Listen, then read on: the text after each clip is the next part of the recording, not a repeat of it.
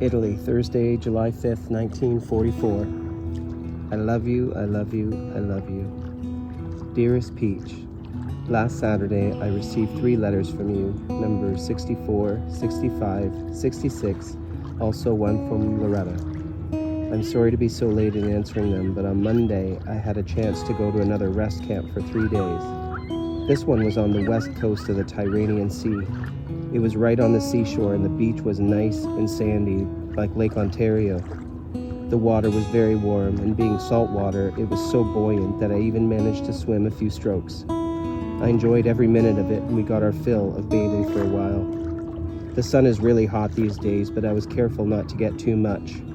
We didn't have to use swimming trunks, and as a result, some of the boys were rather badly burnt on the Uma. They will be standing for a few days. I'm glad to hear that the mailman finally remembered you, even though he delivered them all in one bunch.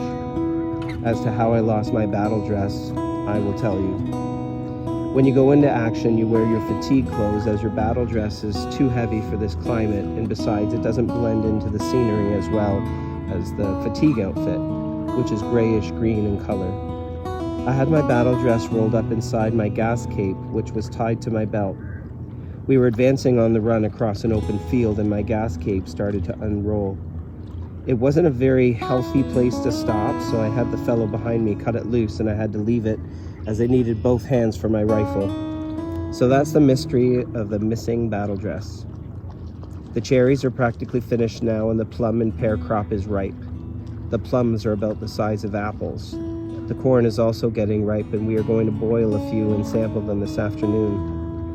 I also lost the rosary I had for Michael, but we'll get him another one.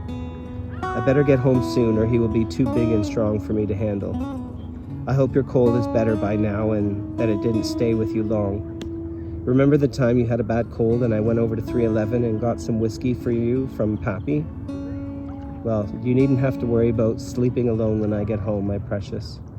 As you said in your letter, it will be just like getting married all over again. But every day with you was just a honeymoon, and life will never be worrying with you. The war news sure looks good, and here's hoping it is all over soon, as I miss you, my darling, more than I could ever tell you. You mean everything to me, and I have found out that love of a husband and wife is the greatest and most important thing in life. When I think back on the happiness we knew in the short time we were together, I'm eagerly awaiting for the day when we will be able to take up our life together again. I know for certain that we will always be as happy as we were at the first year we were married. All my love, your Jorge.